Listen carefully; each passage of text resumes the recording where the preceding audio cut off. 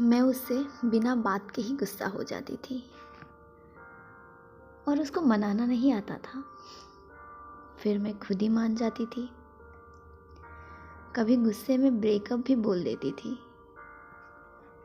फिर अगर वो कॉल ना करता तो खुद ही कॉल करके डांट भी देती थी और वो हंस देता था। वो जैसे हर रिश्ते में एक्सपेक्टेशंस रखो तो झगड़े का रीज़न बन जाता है ना, यहाँ भी कुछ ऐसा ही था। कभी मैं ज़्यादा सोच लेती थी तो कभी वो।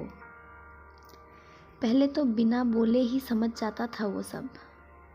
फिर जाने क्या हुआ, सब कुछ जैसे धीरे धीरे बदलने लगा था। उसको लगने लगा कि वही संभाले रखा है ये रिश्ता और मुझे लगा कि मैं संभाल रही। जो बातों में पहले उसको सुकून मिलता था उसी पे चिढ़ने लगा था। बातें बदल गई थी या फिर वो, पता नहीं। एक वक्त था जब दोनों ही को सामने वाले की गलती नहीं दिखाई देती थी।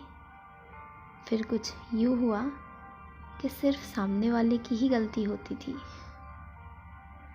जाने हम बदल गए या वक्त। फिर वो वक्त आया जब मेरे पास पहले जैसा वक्त नहीं होता था। दिन भर के क्लासेस, असाइनमेंट्स, एग्ज़ाम्स, इन सब के प्रेशर के बाद 2 पल की सुकून की उम्मीद करना गलती थी मेरी। गलती उसकी नहीं थी, वक्त ही कुछ ऐसा था। रोज़ की उन कंप्लेंट्स के बाद, कोशिशों के बाद भी कमी रह जाना धीरे धीरे खलने लगा था।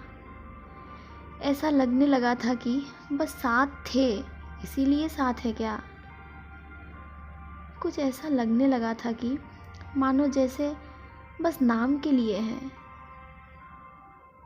उससे मैंने ही कहा था, अब हमारे साथ में पहले जैसी ताकत नहीं रही। उस वक्त भी दिल में पहले जैसे ही उम्मीद था कि शायद इस बार भी कॉल आए, मैसेज आए। पागल हो क्या, ये बोल दे।